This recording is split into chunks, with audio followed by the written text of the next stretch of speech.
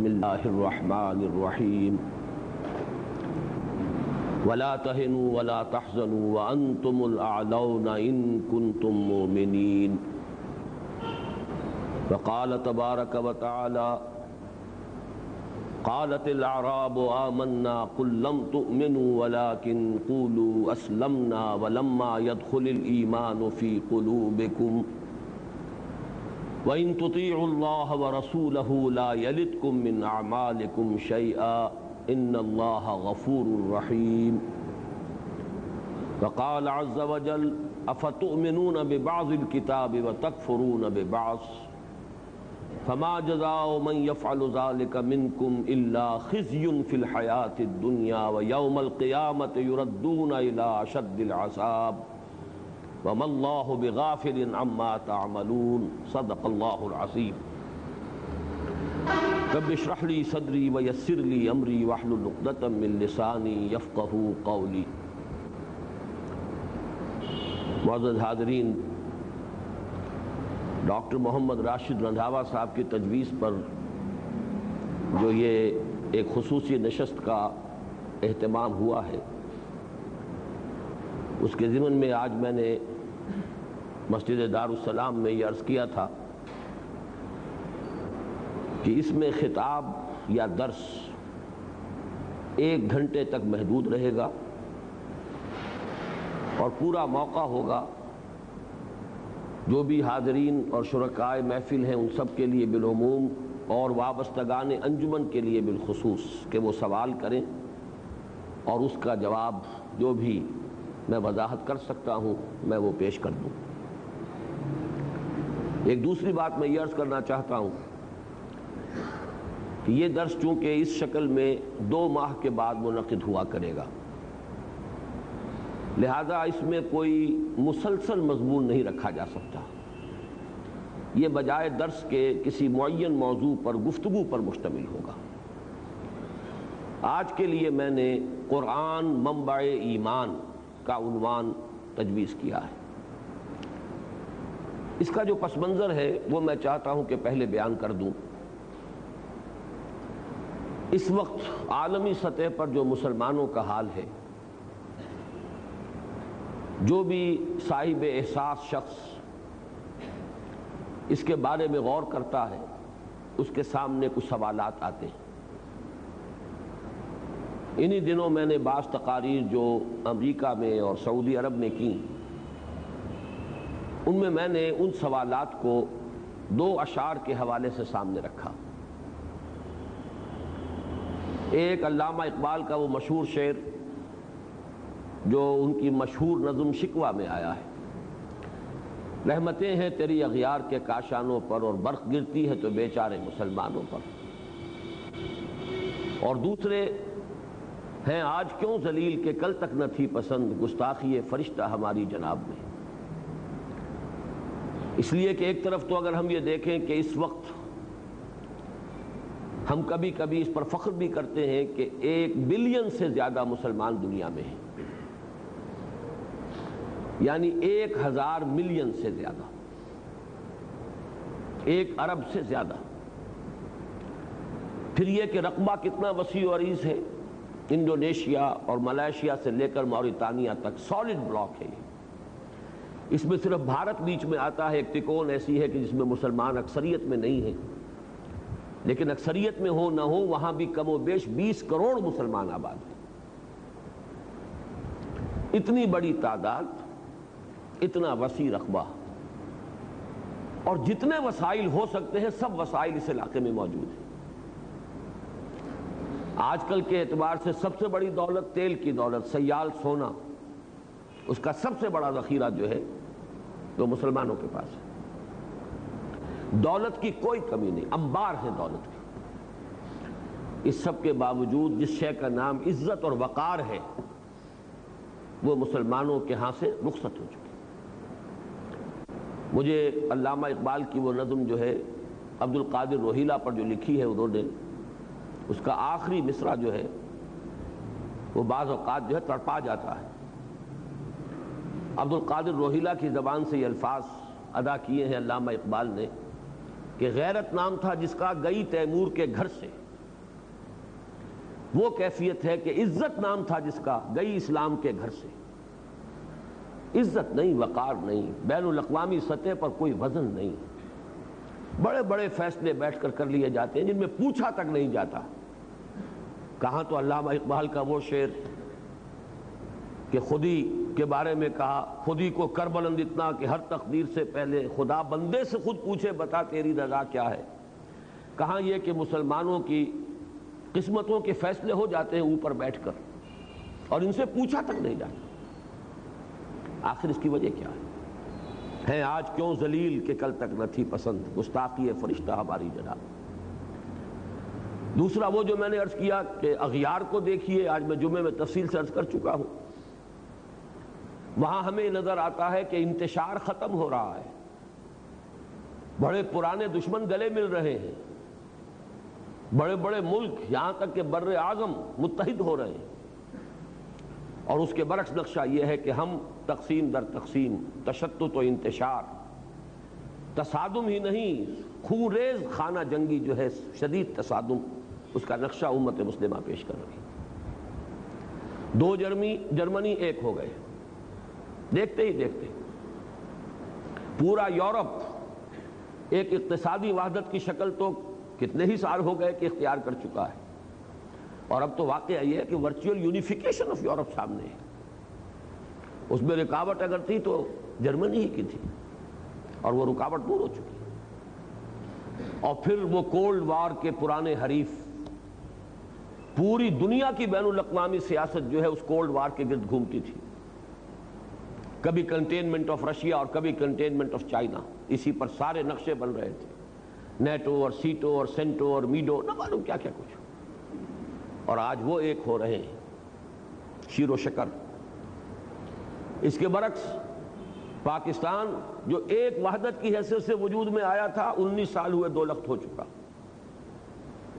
آگے ہر روز بات سننے میں آتی ہے. آج پھر جی ایم سید صاحب کا کہنا ہے، برملا کہنا ہے، ہم تو سندھو دیش بنانے کے قائل ہیں، ہم تمہارے دستور وستور کو نہیں جانتے. ایسے دستور کو، صبح بے نور کو میں نہیں مانتا، میں نہیں جانتا، کبھی کہا تھا جالب نے، لیکن آج وہی الفاظ جو ہیں جی ایم سید ادا کر رہا ہے. اور لطف یہ ہے کہ آج ان کی پذیرائی ہو رہی ہے، ایگزونریٹ کیا جا رہا ہے.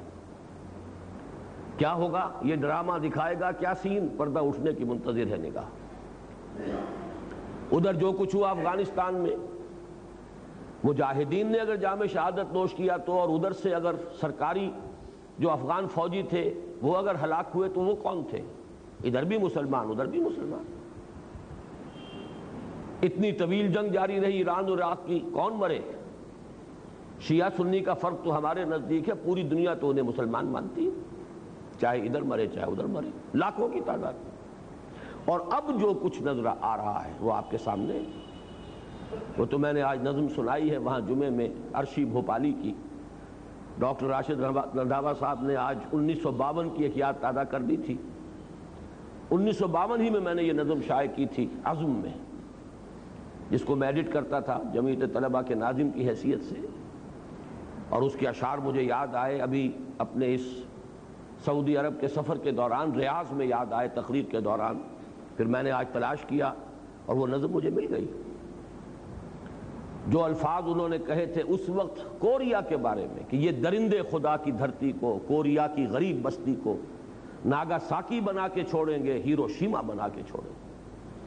آج جو عالم عرب کا قلب ہے وہ اس خطرے سے دوچار ہے.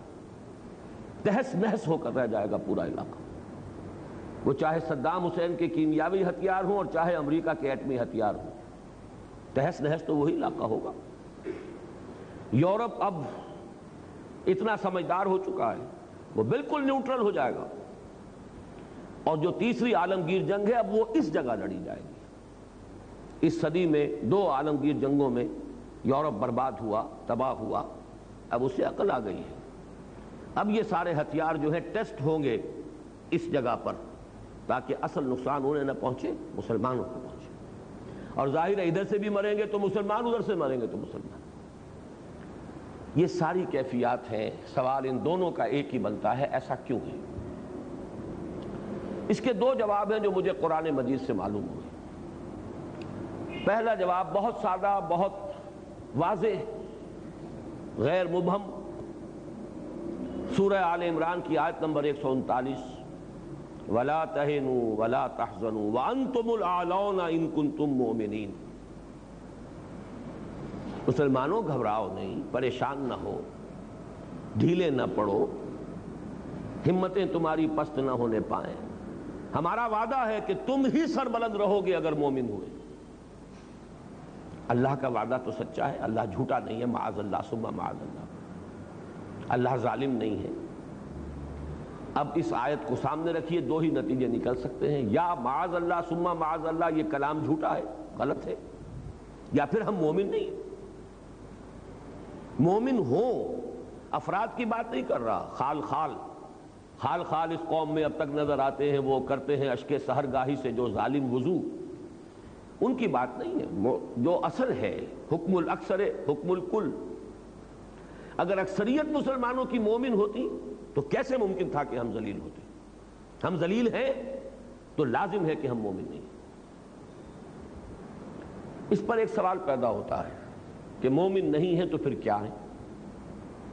یہ ایک علمی مسئلہ ہے، میں حل کر دوں پھر میں اصل موضوع کی طرف آؤں گا۔ یہ خیال ذہن میں پیدا ہو سکتا ہے، جب ہم مومن نہیں ہیں تو کیا ہیں؟ کیا کافر ہیں؟ ظاہر ہے کہ کافر تو نہیں ہے، تو پھر کیا منافق ہیں؟ اس سوال کا جواب جو ہے اتنا قطعیت کے ساتھ نہیں دیا جا سکتا جتنا کہ میں نے کیا کافر ہیں کا جواب دے دیا کہ کافر تو نہیں ہے، کیا منافق ہیں؟ یہاں تھوڑی سی وضاحت کرنی پڑے گی کہ نفاق کی دو قسمیں ہیں۔ ایک ہے نفاق فی العقیدہ، انسان شعوری طور پر منافق ہو، جان بوجھ کر منافق ہو، دھوکہ دے رہا ہو جبکہ خود جانتا ہو کہ میں مسلمان نہیں ہوں، ایسے منافق تو بہرحال ہم نہیں ہیں۔ اس امت کی عظیم اکثریت ان پر مشتمل نہیں ہے۔ ہاں ایک دوسرا نفاق ہے جو احادیث کی روشنی میں، جس کا کہ علماء کرام نے نام رکھا ہے نفاق عملی۔ نفاق عملی میں ہم یقیناً مبتلا ہیں، جس کے لیے دو حدیثیں بارہا میں نے سنائیں۔ آیت المنافق ثلاث، منافق کی تین نشانیاں ہیں، اذا حدث کذب واذا وعد اخلف واذا اؤتمن خان۔ جب بات کرے جھوٹ بولے، جب وعدہ کرے خلاف ورزی کرے، جب امین بنایا جائے خیانت کرے۔ دوسری حدیث میں ایک چوتھی چیز، واذا خاصم فجر، جب کہیں جھگڑا ہو جائے، اختلاف ہو جائے تو آپے سے باہر ہو جائے، گالم گلوچ پر، سب و شتم پر، دنگا فساد پر آمادہ ہو جائے۔ یہ چاروں اوصاف ہمارے اندر موجود ہیں، بحیثیت قوم، بحیثیت مجموعی یہ چیزیں موجود ہیں۔ لیکن یہ کہ اصل شے یہ ہے کہ جس کو کہ ہم کہتے ہیں منافق عقیدہ، وہ ہم نہیں ہیں۔ تو پھر کیا ہے؟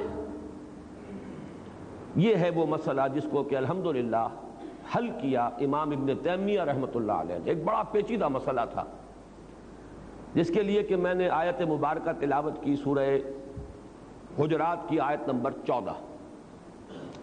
قالت الاعراب آمنا، یہ بدو کہتے ہیں ہم ایمان لے آئے۔ قل لم تؤمنوا، اے نبی کہہ دیجئے تم ایمان نہیں لائے ہو، ولکن قولوا اسلمنا، بلکہ یوں کہو کہ ہم مسلمان ہو گئے، ہم نے اسلام قبول کر لیا، ہم نے اطاعت قبول کر لی۔ وَلَمَّا يَدْخُلِ الْإِيمَانُ فِي قُلُوبِكُمْ، اور ابھی تک ایمان تمہارے دلوں میں داخل نہیں ہوا۔ یہ ایک بہت اہم مسئلہ ہے کہ ایک ایسی کیفیت بھی ہوتی ہے کہ انسان ظاہر کے اعتبار سے مسلمان ہے، باطن میں نہ ایمان ہے نہ نفاق ہے۔ نفاق کیوں نہیں ہے؟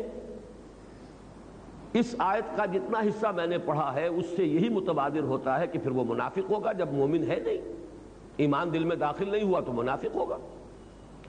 لیکن اگلا حصہ یہ ہے کہ وَإِن تُطِيعُوا اللَّهَ وَرَسُولَهُ لَا يَلِدْكُم مِّنْ أَعْمَالِكُمْ شَيْئًا، اگر تم اللہ اور اس کے رسول کی اطاعت کرتے رہو گے تو وہ تمہارے اعمال میں سے کچھ کمی نہیں کرے گا، اس کے اجر و ثواب سے تمہیں محروم نہیں رکھے گا۔ ان اللہ غفور الرحیم، اللہ غفور الرحیم ہے۔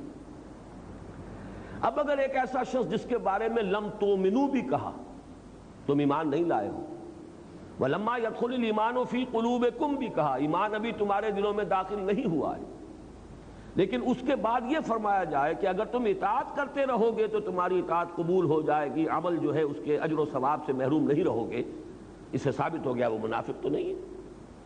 منافق کا تو کوئی عمل بھی اللہ کے ہاں قبول نہیں۔ تو معلوم ہوا کہ یہ ہے بین بین کی ایک کیفیت۔ ہمارے بہت سے حضرات کو اس آیت کا مفہوم یہی سمجھ میں آیا کہ یہ منافق ہے۔ امام ابن تیمیہ نے اس کو واضح کیا ہے، کتاب الایمان ان کی ایک بڑی مشہور کتاب ہے۔ انہوں نے اس آیت کے حوالے سے کہا ہے کہ ایک ایسی کیفیت بھی ہو سکتی ہے کہ ایک شخص قانوناً ظاہراً مسلم ہے، اس کے دل میں نہ ایمان ہے نہ نفاق ہے، بلکہ ایک خلا کسی کیفیت ہے، دل میں کچھ بھی نہیں، دل خالی۔ اس کو میں سمجھایا کرتا ہوں کہ جیسے کہ آپ کو معلوم ہے کہ +1 +2 +3 ایک طرف یہ ویلیوز بڑھتی چلی جاتی ہیں، دوسرے سائڈ پر -1 -2 -3 -انفینٹی یہ بڑھ جائیں گی، دونوں کے درمیان ایک زیرو لیول آتا ہے۔ ایک زیرو لیول بھی ہے کہ اندر کچھ نہیں، نہ ایمان مثبت طور پر نہ نفاق منفی طور پر، لیکن عمل میں انسان مسلمان ہے۔ یہ ایک بہت بڑا اللہ کا فضل و کرم ہے، اس کی رعایت ہے۔ اس حالت میں بھی جو انسان اطاعت کرے گا اس کی اطاعت قبول ہے۔ حالانکہ اصول تو یہ ہو سکتا تھا اگر ہمارے ہاتھ میں ہوتا فیصلہ، تو ہم تو بڑے سخت لوگ ہیں، فتویٰ دینے میں تو کوئی سختی کرنے میں کمی کرتے نہیں، لہذا ہم تو کہتے ہیں کہ ایمان نہیں ہے تو کوئی عمل قبول نہیں۔ اللہ نے اسی لیے اپنے 2 اسماء و صفات کا حوالہ دیا، ان اللہ غفور الرحیم، اللہ غفور الرحیم ہے، لہذا اس کی شان غفاری اور شان رحیمی کا صدقہ سمجھو کہ اس حال میں بھی اگر تم اطاعت کرو گے تو اطاعت قبول ہوگی۔ البتہ اب اس کے بعد جو ہے مضمون وہ تیسری آیت جو میں نے تلاوت کی تھی اس کے حوالے سے واضح ہوگا۔ اگر تم مسلم ہو تو اطاعت تمہیں پوری کرنی ہوگی، جزوی اطاعت نہیں ہے، جزوی فرما برداری نہیں ہے، بلکہ ڈھٹائی ہے، گستاخی ہے، استہزاء ہے اللہ کا اور اس کی شریعت کا۔ اطاعت تو وہی ہوگی جو کلی ہو، پوری اطاعت ہو۔ کبھی خطا ہو جائے یہ بات دوسری ہے، آدمی فوراً رجوع کرتا ہے، توبہ کرتا ہے۔ جیسے کہیں کیلے کے چھلکے پر پاؤں آ گیا، پھسل گئے، آپ گر گئے، لیکن یہ کہ اس کے فوراً بعد آپ اٹھتے پڑے نہیں رہتے وہاں۔ اسی کا نام توبہ ہے، اسی کا سورہ نساء میں ذکر آیا ہے، انما التوبۃ علی اللہ للذین یعملون السوء بجہالۃ ثم یتوبون من قریب۔ جذبات کی رو میں بہہ کر کوئی غلطی ہو جائے تو فوراً توبہ کر لیں، تو ایسے شخص کی توبہ کو قبول کرنا اللہ نے اپنے اوپر واجب کر لیا ہے۔ لیکن مستقل ڈیرا ڈال لینا کسی معصیت پر، کسی گناہ پر، اپنی معاش میں، اپنی معاشرت میں مستقلاً اللہ کے کسی ایک حکم کی خلاف ورزی، یہ بھی در حقیقت گویا کہ آپ نے دین کو پھاڑ دیا، ٹکڑے کر دیا۔ فرقوا دینہم، انہوں نے اپنے دین کو ٹکڑے ٹکڑے کر دیا کہ ایک حصہ قبول سر آنکھوں پر، دوسرا حصہ پاؤں تلے۔ یہ ہے جس کے لیے میں نے سورہ بقرہ کی آیت نمبر 85 کا نصف تلاوت کیا ہے۔ افتؤمنون ببعض الکتاب وتکفرون ببعض، کیا تم ہماری کتاب اور شریعت کے ایک حصے کو مانتے اور ایک کو نہیں مانتے؟ دونوں ہماری ہی کتاب کے حصے ہیں، دونوں حکم ہماری کتاب میں ہیں، ایک سر آنکھوں پر اور ایک پاؤں تلے روک دے رہے ہو۔ فما جزاء من يفعل ذلك منكم الا خزي في الحیاۃ الدنیا، تو جو کوئی بھی تم میں سے یہ طرز عمل اختیار کرے گا کہ دین کا کوئی حکم قبول اور کوئی حکم رد کر دیا جائے، اس کی کوئی سزا اس کے سوا نہیں ہے الا خزي في الحیاۃ الدنیا، کہ دنیا کی زندگی میں انہیں ذلیل و خوار کر دیا جائے، ویوم القیامۃ یردون الی اشد العذاب، اور قیامت کے دن شدید ترین عذاب میں جھونک دیا جائے۔ یہاں وہ لفظ آ گیا خزیٌ، ذلت رسوائی ہیں آج کیوں ذلیل کہ کل تک نہ تھی پسند، گستاخی فرشتہ ہماری جناب، اس لیے ذلیل ہیں کہ جو دیندار ہیں وہ بھی پورے کے پورے دین کے اوپر عمل کرنے کو تیار نہیں۔ کچھ نے عبادات کا دامن تھام لیا ہے، معاملات میں کورے، معاش میں حرام چل رہی ہے، اپنی معیشت میں، اپنی معاشرت کے اندر شریعت کے سری احکام جو ہے ان کو توڑا جا رہا ہے۔ کوئی کسی کے پاس کوئی عذر ہے، کسی کے پاس کوئی عذر ہے، لیکن یہ جو ہم نے دین کے حصے بکھرے کر لیے، یہ ہے الا خزی فی الحیات الدنیا، دنیا کی زندگی میں ذلت اور رسوائی اور خاری، یہ نتیجہ ہے اس کا۔ اور قیامت کے دن جو کچھ ہونا ہے اللہ تعالیٰ معاف فرمائے، اس آیت سے تو ثابت ہو رہا ہے کہ جو بدترین کافر ہیں ان سے بھی زیادہ شدید عذاب ان لوگوں کو ہوگا، اشد العذاب، جنہیں عربی کی شد بدھ بھی ہے وہ بھی جانتے ہیں، یہ افعال التفضیل کا صیغہ ہے۔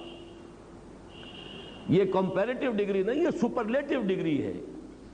ایڈجیکٹیوز کی وہ جو 3 فارمز ہوتی ہیں، یہ تو سپرلیٹیو، اشد العذاب، عذاب کی شدید ترین صورت جو ہے اس کے اندر جھونکے جائیں گے وہ لوگ جو دین کو اس طریقے سے تقسیم کر لیں کہ ایک حصہ قبول ایک حصہ رد۔ اب آپ پوری امت کو دیکھ لیجئے ہمارا حال کیا ہے۔ زیادہ سے زیادہ دین نماز روزے کا ہے، 45 ہے کہ 44 ہے کہ 46 ملک ہیں مسلمان، کسی ایک ملک کے اندر بھی وہ دین اپنی کلیت کے ساتھ اپنی کامل صورت کے اندر کہیں نافذ ہے، قائم ہے؟ یہ ہے دوسرا جواب۔ اب ان دونوں جوابوں کو پھر جمع کر لیجئے تو ہمارے سامنے مسئلے کا حل ایک ہی رہ جاتا ہے، ایمان۔ لاؤ کہیں سے وہ ایمان، وہی آب نشاط انگیز۔ علامہ اقبال نے اس کو کہا تھا نا، اصل نامحکمی دل کی، یہ ہے اصل میں وہی دیرینہ بیماری، وہی نامحکمی دل کی، علاج اس کا وہی آب نشاط انگیز ہے ساقی۔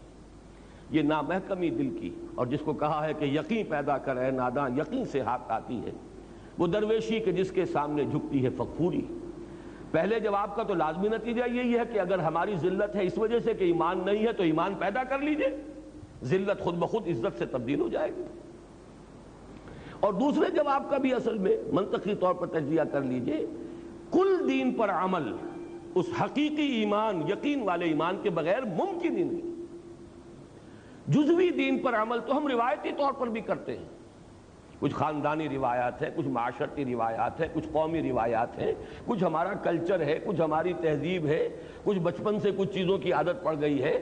یہ جزوی جو ہے عمل وہ در حقیقت دین پر عمل نہیں ہے، بلکہ یہ ہمارا کلچر ہے، ہماری ایک تہذیب ہے، ہمارا ایک تمدن ہے، ہماری کوئی روایات ہیں۔ کل دین پر عمل کرنے کے لیے وہ یقین والا ایمان درکار ہے، وہ ہوگا تو پھر کل کے کل دین پر عمل ہوگا، اور جب تک وہ نہیں ہوگا یہ ذلت اور رسوائی سے نجات پانا ممکن نہیں۔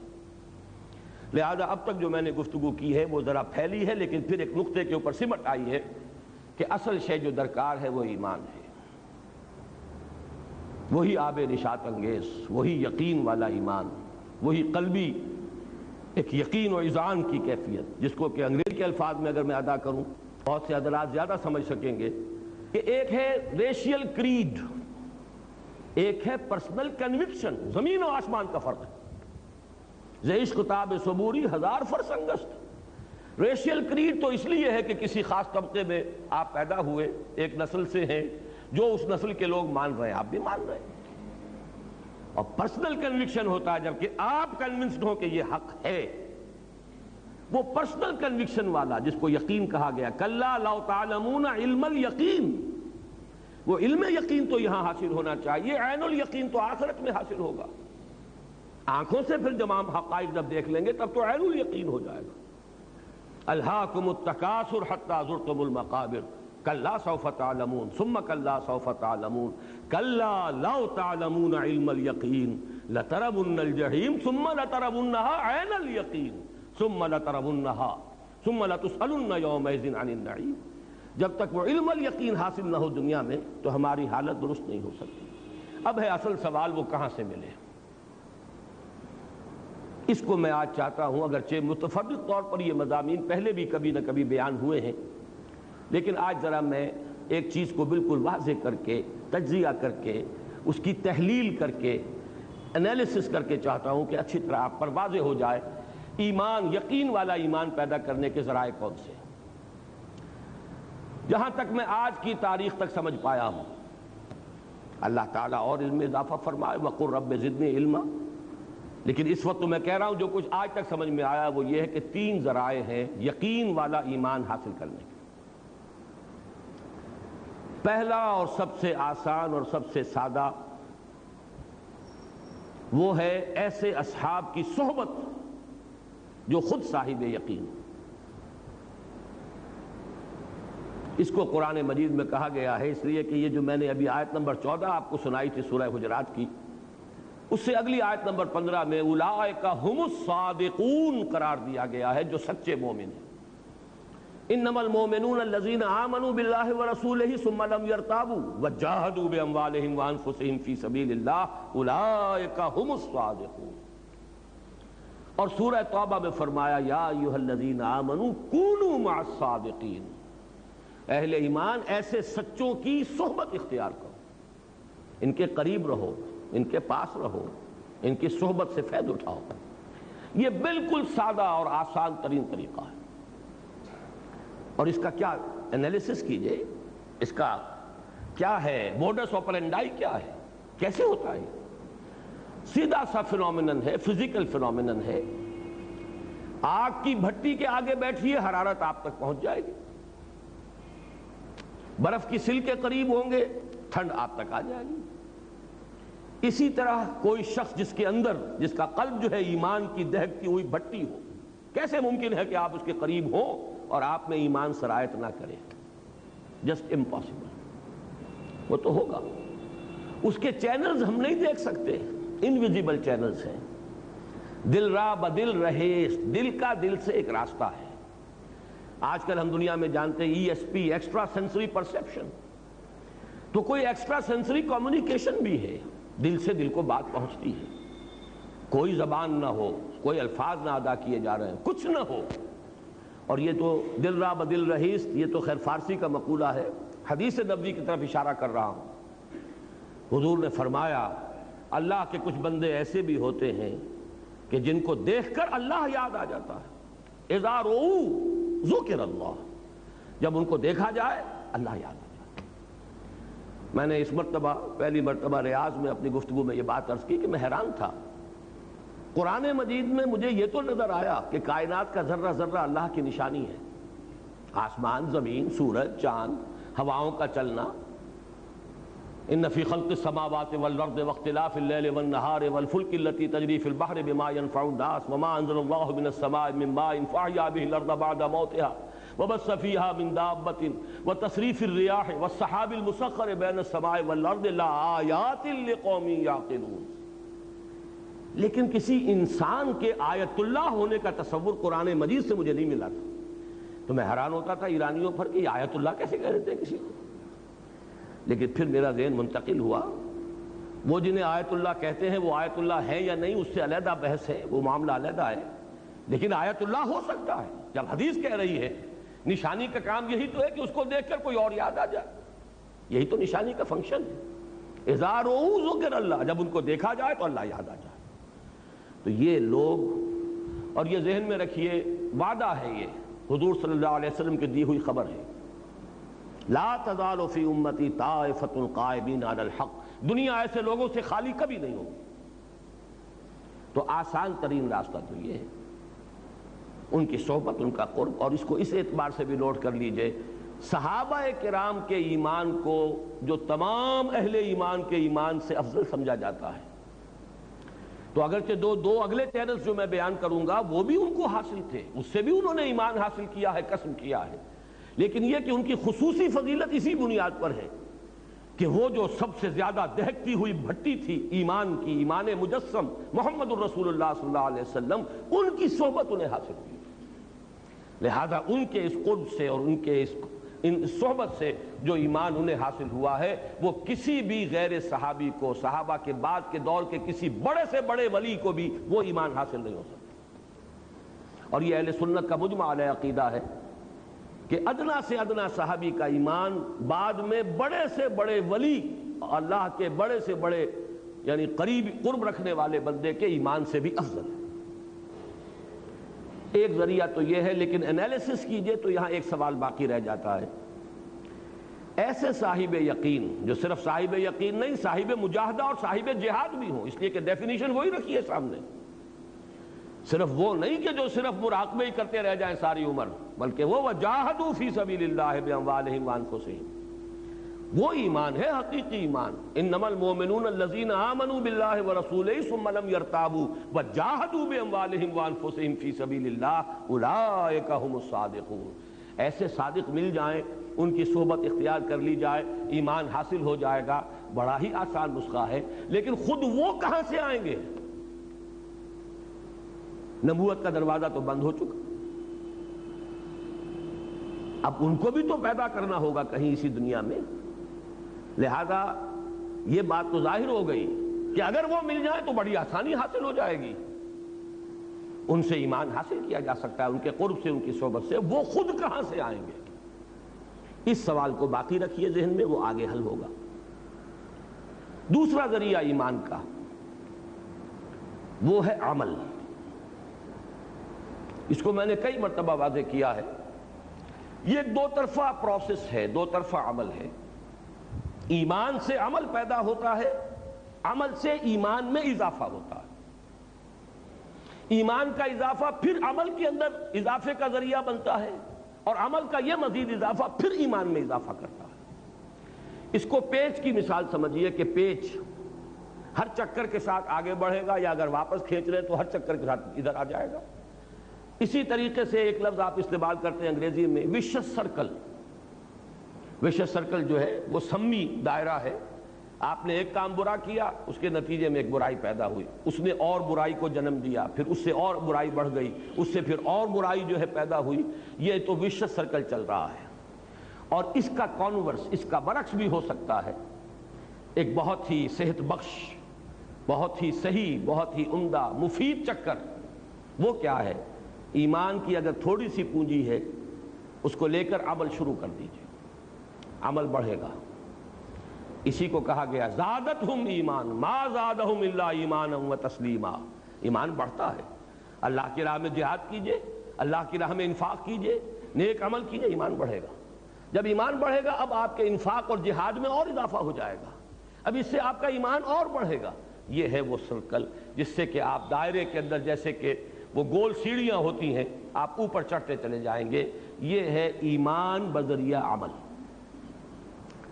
اور میں آج جو منتخب نصاب میں ہمارا سورہ حجرات کا سبق ہے، آخری آیات کا، اس کے حوالے سے اس نقطے کو واضح کرنا چاہتا ہوں.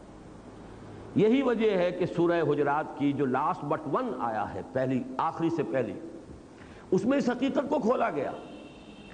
اگر تم اسلام لے آئے ہو، چاہے ابھی ایمان تمہارے دلوں میں داخل نہیں ہوا، لیکن اگر تم اطاعت کرو گے تو ایمان حاصل ہو جائے گا. اسی لیے فرمایا گیا ہے یمنون علیک ان اسلموا، اے نبی یہ آپ پر احسان دھر رہے ہیں کہ ہم اسلام لے آئے.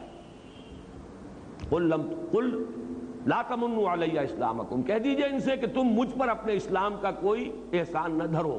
بل اللہ یمن علیکم ان ہداکم للایمان ان کنتم صادقین. اللہ تم پر احسان دھر رہا ہے، احسان جتا رہا ہے کہ تمہیں اس نے ایمان کے راستے پر ڈال دیا ہے. اب اگر عمل کرو گے، اطاعت کرو گے تو ایمان پیدا ہو جائے گا. یہ ہے وہ در حقیقت ایمان بذریعہ عمل. اور یہ میں اب توجہ دلا دینا چاہتا ہوں، ہمارے دور کی ایک بہت بڑی دینی تحریک یا مذہبی تحریک کہیے، وہ اسی طریقے کو اختیار کیے ہوئے ہیں. وہ ہے تبلیغی جماعت کی تحریک. یہی وجہ ہے ان کے ہاں اصطلاح ہے ایمان کی محنت. وہ عمل کے ذریعے سے اپیل کرتے ہیں. نکلو اپنے گھر سے، ماحول سے، دفتر سے، کاروبار سے، بازار سے، منڈی سے، ہر چیز سے نکلو اور نکل کر آ جاؤ. 40 دن مسجد میں رہو گے نا، ممکن ہے کہ کوئی نماز چھوٹ جائے، تمہاری جماعت جو ہے وہ فوت ہو جائے، رہو گے مسجد میں. وہاں کیا غلط حرکت کرو گے؟ ٹیلی ویژن نہیں، کوئی اور غلط جو ہے کوئی داعیات وہاں موجود نہیں. یہ جو 40 دن کی مشق وہ کرا دیتے ہیں، واقعہ یہ ہے کہ اس سے یقیناً اس سے ایمان پیدا ہوتا ہے. میں اس کا قائل ہوں، اور یہ نہ سمجھیے کہ آج کہہ رہا ہوں. یہ تو جو میرا کتابچہ اسلام کی نشت ثانیہ سن 67 کی تحریر، اسی میں اس قرآن اکیڈمی کا نقشہ ہے جو جس وقت اللہ کے فضل و کرم سے بنی ہوئی اور ہم اس میں بیٹھے ہوئے ہیں. وہ سارا تذکرہ اسی میں، وہی اس انجمن کا مینیفیسٹو ہے. اس میں نے اس کو تسلیم کیا. عوامی سطح پر غیر علمی انداز میں ایک جذباتی اپیل کے ساتھ اور عمل کے ذریعے سے ایمان اس تحریک کے ذریعے پیدا ہو رہا ہے. فرق صرف یہ ہے کہ انٹلیکچوئل طبقہ اس سے متاثر نہیں ہوتا. آپ کنفیوز نہ کیجئے، انٹلیکچوئل اور ہے، پڑھا لکھا اور ہے. ہر پڑھا لکھا آدمی انٹلیکچوئل نہیں ہوتا، اور جاہل ہوتے ہیں بڑے بڑے انٹلیکچوئلز. جس کو کہ آپ کہیں جاہل وہ عالم نہیں ہے، وہ بڑے انٹلیکچوئل ہوتے ہیں. یہ ساخت ہے ایک مزاج کی. ایک وہ لوگ ہیں جن کی شخصیتوں میں عقل کو اولیت حاصل ہے. ان سے جب تک آپ دلیل اور برہان سے بات نہیں کریں گے وہ آپ کی بات سنیں گے. ایک وہ ہے کہ جو جذباتی انداز میں بھی متاثر ہو جاتے ہیں. وہ پی ایچ ڈی بھی ہو سکتے ہیں، double treble P H Ds ہو سکتے ہیں. اس لیے کہ وہ تو پی ایچ ڈی تو اصل میں خاص شعبے کے اندر 8-7 سال رگڑے کھاتے رہیے اور ڈگری لے آئیے. حقیقت اس کی علامت نہیں ہے کہ وہ شخص انٹلیکچوئل ہے، پڑھا لکھا ہونا اور ہے، اور واقعتاً جس کو آپ کہیں انٹیلیجنسیا میں سے ہونا، انٹلیکچوئل ہونا، وہ دوسری بات ہے۔ اور آپ کو مل جائیں گے ایسے لوگ کہ جو دستخط کرتے نہ کر سکتے ہوں اور صرف وہ انگوٹھا لگاتے ہوں، لیکن بات ایسی کریں گے منطقی کہ بڑے سے بڑے پڑھے لکھے لوگوں کو ان کے نیچے سے زمین کھسکا دیں گے۔ یہ اصل میں دو کیٹیگریز علیحدہ ہیں، ایک وہ جو ایموشنل سیٹ اپ کے ہیں، ان کا بلڈ اپ جو ہے نفسیاتی وہ ایموشنل ہے، ایک وہ جو ریشنل ہے، بنیادی طور پر ریشنل لوگ متاثر نہیں ہوں گے، اور یہ جو انٹلیکچوئل مائنورٹی ہے یہ ہے اصل شے، معاشرے کے اندر ایفیکٹو یہ ہے، اس لیے کہ یہ برین ٹرسٹ ہے سوسائٹی کا۔ اگر یہ کنورٹ نہیں ہوگا تو معاشرہ ایز اے ہول کبھی کنورٹ نہیں ہوگا، چاہے عوامی سطح پر ایموشنل انداز میں آپ کتنے ہی لوگوں کو کنورٹ کر لیں۔ یہ صغرا کبرا ہے میرا۔ میں نے جماعت اسلامی سے علیحدگی کے بعد 2 سال تبلیغی جماعت کے نہایت قریب ہو کر گزارے تھے، یہ طے کرنے کے لیے کہ آیا میں اپنے لیے بھی اپنی دینی دلچسپی جو بھی ہے اس کی تسکین میں اسی میں کام کرتے ہوئے حاصل کروں، لیکن بالآخر فیصلہ جو میں نے کیا ہے وہ علی وجہ البصیرت کیا ہے، اور وہ یہ ہے کہ اس تحریک کا یہ جو اثر کا حلقہ ہے وہ محدود ہے، پھر اس کے سامنے انقلاب ہے ہی نہیں، نظام کی تنفیذ ہے ہی نہیں، ایک محدود جگہ پر صرف دعوت و تبلیغ کے درجے کے اندر نیکی کا پرچار تو ہو رہا ہے، لیکن یہ کہ اس سے آگے کی کوئی منزل ان کے سامنے نہیں۔ بہرحال میں اس وقت جو بحث کر رہا تھا وہ صرف اس اعتبار سے کہ ایک ایمان عمل کے ذریعے بھی پیدا ہو سکتا ہے، لیکن 2 باتیں یہاں پر بھی نوٹ کر لیجئے۔ ایک تو یہ کہ اس کے لیے کوئی نہ کوئی انیشل پونجی تو چاہیے نا، کہ آپ عمل کا کچھ آغاز کر سکیں، خواہ ایموشنل اندازے میں کریں، اور ثانیاً یہ کہ اس سے جو ایمان پیدا ہوتا ہے، میں ایک نئی اصطلاح استعمال کر رہا ہوں، ایک ہے شعوری ایمان اور ایک ہے غیر شعوری ایمان۔ شعوری ایمان جسے کہا جائے وہ اس راستے سے پیدا نہیں ہوتا، ایک غیر شعوری یقین کی کیفیت تو پیدا ہو جاتی ہے۔ وہ شے کہ جس کے لیے سورہ یوسف کی آیت کا حوالہ میں دوں گا کہ حضور سے فرمایا گیا قُلْ هَٰذِهِ سَبِيلِي أَدْعُو إِلَى اللَّهِ عَلَىٰ بَصِيرَةٍ أَنَا وَمَنِ اتَّبَعَنِي، اے نبی کہہ دیجئے یہ میرا راستہ ہے، میں اللہ کی طرف بلا رہا ہوں، لیکن کس کیفیت میں بلا رہا ہوں؟ عَلَىٰ بَصِيرَةٍ أَنَا، عَلَىٰ وَجْهِ الْبَصِيرَةِ بلا رہا ہوں، یہ کوئی بلائنڈ فیتھ نہیں ہے میرا۔ وَمَنِ اتَّبَعَنِي، اور جو میرا اتباع کر رہے ہیں وہ بھی یہ کوئی بلائنڈ فالوورز نہیں ہے میرے، علی وجہ البصیرت اتباع کر رہے ہیں۔ یہ جو علی وجہ البصیرت ماننا ہے اللہ کو اور آخرت کو اور نبوت کو اور رسالت کو اور قرآن کو، یہ بالکل اور شے ہے، اور یہ کہ ایک غیر شعوری طور پر چاہے یقین کی کیفیت پیدا ہو جائے، لیکن یہ کہ اس کا درجہ وہ کبھی نہیں ہوگا جو ایک شعوری ایمان کا ہوتا ہے۔ لہذا ان 2 لیمیٹیشنز کے بعد اب آئیے تیسرا اور آخری اور جو اصل منبع ہے ایمان کا، اور وہ ہے قرآن۔ قرآن میں غوطہ زنی، قرآن سے ہم کلامی، صرف تلاوت نہیں، تلاوت سے بھی غیر شعوری ایمان پیدا ہوگا، محض تلاوت سے بھی، کیونکہ وہ بھی ایک عمل ہے۔ جیسے آپ عمل کر رہے ہیں، کوئی اور دین کا کام کر رہے ہیں، کوئی نماز پڑھ رہے ہیں، ذکر کر رہے ہیں، تو سب سے بڑا ذکر قرآن ہے، لہذا یہ بھی ایک عمل ہے، لیکن وہ شعوری ایمان پیدا کرنے کے لیے جو اصل درکار ہے، آج کے دور میں تو سب سے بڑی ضرورت اس کی ہے۔ آج کا دور ریشنلزم کا دور ہے، لہذا یہاں تو اصل میں اس ایمان کی ضرورت ہے، علی بصیرت انا ومن اتبعنی والا ایمان، اور اس کے لیے قرآن کے ساتھ ایک کمیونیکیشن، قرآن کے ساتھ براہ راست مکالمہ، قرآن کے ساتھ براہ راست مخاطبہ، قرآن مجید کے ساتھ ایک ایسی کیفیت بقول علامہ اقبال کہ وہ آپ کے قلب پر براہ راست نازل ہو رہا ہو، یہ کیفیت ہے کہ جو ایمان، اور ایمان بھی شعوری ایمان پیدا کرنے کا ذریعہ ہے۔ یہاں میں حوالہ دوں گا علامہ اقبال کے اس شعر کا بھی کہ تیرے ضمیر پہ جب تک نہ ہو نزول کتاب، گرہ کشا ہے نہ راضی نہ صاحب کشاف۔ آپ قرآن پڑھیں ترجمے کے ساتھ، یہ آپ کو کچھ معلومات دے دے گا، ترجمہ آپ کو موو نہیں کر سکتا، ترجمہ آپ کو انسپائر نہیں کر سکتا، ترجمہ آپ کے اندر آگ نہیں پیدا کر سکتا، حرارت نہیں پیدا کر سکتا۔ ترجمہ تو در حقیقت کچھ کنٹینٹ جو ہے اس کا، کچھ معنی اس کے آپ کو مل جائیں گے، معلومات حاصل ہو جائیں گی۔ رہی تفسیریں، واقعہ یہ ہے کہ بڑا خوبصورت مصرع کہہ دیا ہے، گرہ کشا ہے نہ راضی نہ صاحب کشاف۔ اب اس سے اوپر کی تو کوئی حدیث، کوئی تفسیر ہو ہی نہیں سکتی۔ امام راضی کی تفسیر معقولات اور ریشنل انداز کے اندر اس دور میں، اور زمخشری ان کی تفسیر جو ہے صاحب کشاف۔ اب ظاہر بات ہے کہ ان سے اوپر کوئی تفسیر نہیں، انہی سے خوشہ چینی کی ہے باقی مفسرین نے۔ تو فرمایا علامہ اقبال نے کہ ان میں سے کوئی بھی گرہ کشا نہیں ہے۔ تیرے ضمیر پہ جب تک نہ ہو نزول کتاب، جب تک کہ قرآن خود تمہارے دل پر اترے نہ، یہ کیسے ہوگا؟ اس کو میں چاہتا ہوں آج کہ ذرا آپ 2 اور 2 4 کی طرح سمجھ لیجئے، یہ بھی کہ اس کے لیے لازم کیا ہے، کیا طریقہ ہے، کیا میتھوڈالوجی ہے، اور یہ کہ پھر یہ کیسے، اس کا فینومینن کیا ہے، یہ کیسے یہ عمل کرتا ہے، اس کا جو طریقہ کار ہے وہ کیا ہے۔ پہلی بات تو اس کے ضمن میں یہ ایک جملہ کفایت کرے گا، کم سے کم اتنی عربی سے واقفیت کہ ترجمے کا حجاب ہٹ جائے، لینگویج بیریئر نہ رہے۔ ترجمہ حجاب ہے آپ کے اور قرآن کے درمیان، یہ حجاب اٹھ جائے، براہ راست ہم کلام ہو۔ مجھے عبداللہ ابن مبارک رحمہ اللہ کا قول یاد آ گیا، میں نے بارہا بیان کیا ہے، بہت سے حضرات کے علم میں ہوگا، یہ تبع تابعین کے دور کی شخصیت ہیں، بڑے درویش، بزرگ اور مجاہد۔ انہوں نے طے کیا ہوا تھا 6 مہینے ہر سال کے وہ محاذ جنگ پر، جو بھی جہاد ہو رہا تھا اس میں لگاتے تھے، 6 مہینے گھر پر۔ لیکن اس 6 مہینے کے دوران بھی لوگوں سے ملتے جلتے نہیں تھے، مسجد گئے، نماز پڑھی اور گھر آ گئے۔ کسی نے ایک روز پوچھ لیا، اے عبداللہ آپ کی طبیعت اکتاتی نہیں تنہائی سے؟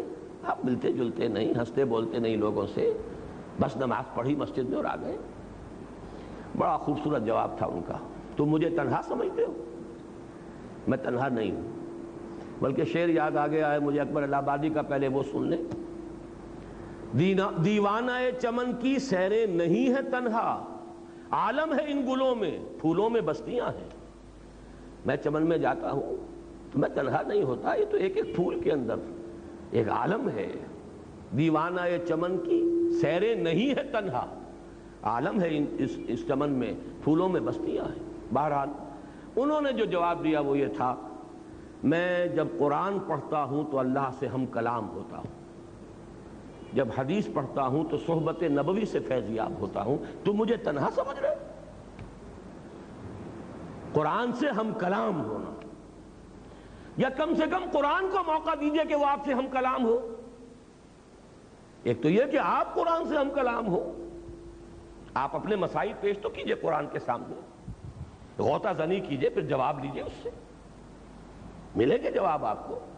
حضرت علی کی وہ روایت میں نے بارہا سنائی ہے، فرماتے ہیں کہ حضور نے ارشاد فرمایا، انہا ستکون فتنۃ، ان قریب ایک بہت بڑا فتنہ رونما ہوگا۔ فرماتے حضرت علی کہ میں نے سوال کیا، مل مخرج منہا یا رسول اللہ، اے اللہ کے رسول اس فتنے سے نکلنے کا راستہ کون سا ہوگا؟ اب جو جواب ارشاد فرمایا ہے، کتاب اللہ فیہ خبر ما قبلکم و نبأ ما بعدکم و حکم ما بینکم، فتنے سے بچانے والی اور نکالنے والی ایک ہی شے ہے، وہ اللہ کی کتاب ہے، اس میں تم سے پہلوں کے بھی حالات ہیں، تمہارے بعد کے لوگوں کی بھی بعد کی خبریں بھی موجود ہیں، تلاش تو کرو، اور تمہارے مابین جتنے اختلافات پیدا ہوں گے ان کا حل موجود ہے، تلاش کرنا ہے۔ جس کو اقبال نے تعبیر کیا ہے، قرآن میں ہو غوطہ زن اے مرد مسلمان، غوطہ زنی درکار ہے۔ یہ جان لیجئے کہ قرآن سے ہم کلام ہو، یہ تو اعلیٰ درجہ ہے، جیسے حدیث جبرائیل میں آیا ہے کہ احسان کی دو تعبیریں کی گئی ہیں، ان تعبد اللہ کانک تراہ فإن لم تکن تراہ فإنہ یراک۔ اصل تو مطلوب یہ ہے کہ تم اللہ کی بندگی ایسے کرو اور اس کے لیے ایسے بھاگ دوڑ کرو، وَأَن تَعْمَلَ لِلَّهِ كَأَنَّكَ تَرَاهُ فَإِن لَّمْ تَكُن تَرَاهُ فَإِنَّهُ يَرَاكَ، کہ جیسے کہ تم اسے دیکھ رہے ہو، اور اگر تم نہیں دیکھ رہے تو وہ تو دیکھ رہا ہے تمہیں، کم سے کم یہ استحضار تو رہے۔ میں نے ابھی غور کیا کہ اسی طرح کے الفاظ میری زبان سے نکل گئے ہیں کہ اول تو آپ خود قرآن سے ہم کلام ہو، ورنہ اسے تو موقع دے کہ وہ آپ سے بات کر سکے، اور اسے موقع اسی وقت ملے گا جب آپ کے اور اس کے درمیان لینگویج بیریئر نہ ہو۔ زبان یار من ترکی و من ترکی نمی دانا، آپ نے تو روک دیا قرآن کو، آپ کے دل پہ کیسے اترے؟ وہ تو ظاہر بات ہے یہ اس کی شرط لازم ہے، اتنی واقفیت عربی زبان سے کہ قرآن آپ سے براہ راست ہم کلام ہو جائے، لینگویج بیریئر نہ رہے۔ کہیں کہیں مشکلات کے لیے تفاسیر کو آپ کنسلٹ کر لیں، کہیں کہیں کوئی شاذ لفظ آ گیا ہے اس کے لیے کہیں آپ لغت بھی دیکھ لیں، لیکن یہ کہ بائی اینڈ لارج قرآن آپ سے خود بخود براہ راست ہم کلام ہو رہا ہو، یہی ہے فینومینن۔ تیرے ضمیر پہ جب تک نہ ہو نزول کتاب، گرہ کشا ہے نہ راضی نہ صاحب کشاف۔ اب آئیے کہ اس کا فینومینن ہے کیا، یہ عمل کیسے ہوتا ہے؟ آیا یہ بات ڈاگمیٹک ہے؟ صرف خوش عقیدگی کے تحت کہا جا رہا ہے کہ قرآن منبع ایمان ہے؟ وہ جو ظفر علی خان کا شعر میں نے بارہا سنایا ہے آپ حضرات کو کہ وہ جنس نہیں ایمان جسے لے آئیں دکانیں فلسفہ سے، ڈھونڈے سے ملے گی عاقل کو یہ قرآن کے سیپاروں میں۔ یہ ہے جہاں سے قرآن ملے گا۔ یہ کیسے ملتا ہے؟ اس کو میں آپ سے شاید پہلے بھی عرض کر چکا ہوں کہ واقعہ یہ ہے کہ اب جو کچھ میں بیان کر رہا ہوں وہ علامہ اقبال کا فکر ہے۔ علامہ اقبال نے اپنے لیکچرز میں بڑا دو چار کی طرح انالائز کیا ہے۔ اس کا جو مقدمہ ہے وہ پہلے سمجھ لیجئے۔ مقدمہ قائم کیا انہوں نے کہ یقین پیدا ہوتا ہے تجربے سے، جب تک آپ کا ذاتی تجربہ نہ ہو یقین پیدا نہیں ہوگا۔ محض سنید چاہے ہزاروں آدمی آپ کو بتا رہے ہوں ایسا ہے ایسا ہے ایسا ہے ایسا ہے، میں مثال دیا کرتا ہوں نا کہ اگر کسی شخص نے چینی کبھی نہیں چکھی اور ہزاروں آدمی کہہ رہے ہیں وہ میٹھی ہوتی ہے میٹھی ہوتی ہے میٹھی ہوتی ہے، تو آپ ساری دلیل جو ہے اس کے لیے ہو جائے گی آخر کیا ضرورت پڑی انہیں جھوٹ بولنے کی، پھر جھوٹ پر اتنے لوگوں کا جمع ہو جانا محال ہے۔ یقیناً چینی میٹھی ہوگی، لیکن ہوگی سے آگے آپ نہیں بڑھ سکتے تاکہ آپ چینی چکھ لیں، اب کہیں گے چینی میٹھی ہے۔ اس ہوگی اور ہے میں تو زمین و آسمان کا فرق ہے۔ ہوگی اور ہے، یہ ہے پرسنل کنوکشن ہے، اور یہ پیدا ہوا ہے ذاتی تجربے سے۔ It's your own experience۔ اب لاکھ لوگ کہیں میٹھی نہیں ہے، آپ کہتے ہیں میں مان ہی نہیں سکتا، میں نے خود چکھی ہے۔ وہ مجھے فارسی کا مصرع یاد آ گیا، لذت ہی بادہ نہ دانی بخدا تا نہ چشی، اس شراب کی لذت تمہیں جان ہی نہیں سکتے تم جب تک کہ خود نہ چکھو۔ تو چکھنے سے معلوم ہوا کہ میٹھی ہے۔ یہ صغرا ہوا، علامہ اقبال کے استدلال کا صغرا یہ ہے۔ کبرا کیا ہے؟ تجربہ صرف ظاہری اور خارجی نہیں ہوتا، تجربہ باطنی بھی ہوتا ہے۔ یہ ہے انتہائی پیاری بات۔ یوں سمجھیے کہ آب زر سے لکھے جانے والی بات، سونے میں تولی جانے والی بات، بس یہاں سے اب وہ جو تجربہ ہے خارجی تجربہ جس پر میٹیریلزم اور امپیریسزم اور یہ تمام جتنے ازم ہیں جو کہ مادیت کے اوپر مبنی ہیں، ان کا راستہ جدا ہو جاتا ہے جب وہ صرف تجربے کو محدود کرتے ہیں۔ تجربہ خارجی ایکسٹرنل سینس آرگنز کے ذریعے سے جو کچھ ہمیں ایکسپیرینس حاصل ہوا اس پر یقین ہوتا چلا جا رہا۔ اقبال نے جو بات کہی کہ ایک تجربہ باطنی بھی ہوتا ہے، اندر کوئی چیز بتاتی ہے کہ یہ ہے اصل شے۔ قرآن کو آپ پڑھیں اور آپ کے اندر سے کوئی شے بتائے کہ یہ صحیح ہے، یہ بات ٹھیک ہے۔ دیکھنا تقریر کی لذت کہ جو اس نے کہا میں نے یہ جانا کہ گویا یہی میرے دل میں ہے، یہ ہے وہ شے۔ میں اس کا اور مزید وضاحت کروں گا وہ دل کس شے کا نام ہے۔ ابھی یہاں تک صرف سمجھ لیجئے بات کو کہ اقبال کا فلسفہ ان دو دلیلوں پر ہے۔ یقین کے لیے تجربہ ضروری ہے، لیکن تجربہ صرف ظاہری نہیں اور خارجی نہیں ہوتا، تجربہ باطنی بھی ہوتا ہے۔ آپ کا اندر بتاتا ہے آپ کو کہ یوں ہے۔ یہ جو شے ہے قرآن کو پڑھتے ہوئے جب قرآن آپ سے ہم کلام ہو، اگر آپ کو اندر سے گواہی ملے کہ یہ صحیح ہے، وہ ہے وہ باطنی تجربہ جس کو ہم یوں کہہ سکتے ہیں کہ کوئی سمپیتھیٹک وائبریشن آپ میں پیدا ہوئی ہے۔ قرآن نے آپ کے شخصیت کے کسی باطنی تار کو چھیڑا ہے۔ یہ الفاظ زبان پر آئے ہیں تو مجھے ماہر صاحب کا شعر یاد آ گیا، ایسے کچھ تار بھی ہیں ساز حقیقت میں نہاں، چھو سکے گا نہ جنہیں زخم و مضراب حواس۔ یہ حواس جو ہیں ہمارے جو ایکسٹرنل سینس آرگنز ہیں، بعض حقیقت کے تار ایسے بھی ہیں جن کو یہ حواس نہیں چھو سکتے، یہ کچھ اور شے انہیں چھوتی ہے، انہیں حرکت میں لاتی ہے، اس سے نغمہ نکلتا ہے۔ وہ جو ہیں ایسے کچھ تار بھی ہیں ساز حقیقت میں نہا چھو سکے گا نہ جنہیں زخمہ و مضراب حواس، وہ تار ہیں جس کو اب میں تجزیہ کر کے بتا رہا ہوں وہ شے کیا ہے۔ وہ ہے آپ کی وہ روح جس نے آپ کو انسان بنایا ہے، وہ روح ملکوتی، وہ ڈیوائن سپارک، وہ آپ کا روحانی وجود جس کا منبع، جس کا مسکن دل، یہ ہے جس کا احساس ہے، احساس باطنی ہے، یہ روح دیکھتی بھی ہے۔ قرآن مجید کہتا ہے نا فَإِنَّهَا لَا تَعْمَى الْأَبْصَارُ وَلَٰكِن تَعْمَى الْقُلُوبُ الَّتِي فِي الصُّدُورِ، آنکھیں اندھی نہیں ہوئی تھی ابو جہل کی اور ابو لہب کی، دل اندھا ہو گیا۔ یہ دل کا اندھا ہونا کیا ہے؟ دل دیکھتا ہے یعنی روح دیکھتی ہے، دل سنتا ہے یعنی روح سنتی ہے، اور دل کا احساس ہے، پرسپشن ہے دل کی، وہ ہے در حقیقت وہ جو اس کا انٹرنل، اس کا تجربہ ہے۔ آپ کا دل گواہی دیتا ہے، یعنی آپ کی روح وجد میں آتی ہے قرآن کو پڑھ کر۔ ایک بزرگ ہے اگی میں، وہ بہت ہی سادہ انداز میں بات کیا کرتے ہیں، بڑی پیاری بات ایک دفعہ انہوں نے کہی کہ قرآن اور ہماری روح یہ ایک ہی گاؤں کے رہنے والے ہیں، پہچانتے ہیں ایک دوسرے کو۔ روح کہاں سے آئی؟ یسألونک عن الروح قل الروح من امر ربی، اور یہ قرآن کہاں سے آیا؟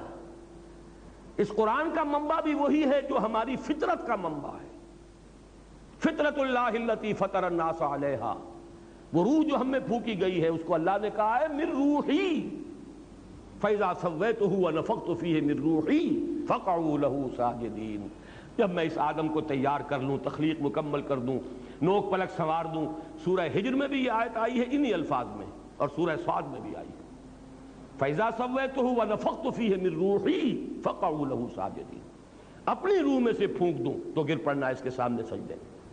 وہ روح ہے ہمارے اندر، اور یہ روح وجد میں آتی ہے، قرآن اس پر نازل ہوتا ہے، وہ وجد میں آتی ہے، یہ وجد ہے وہ کیفیت۔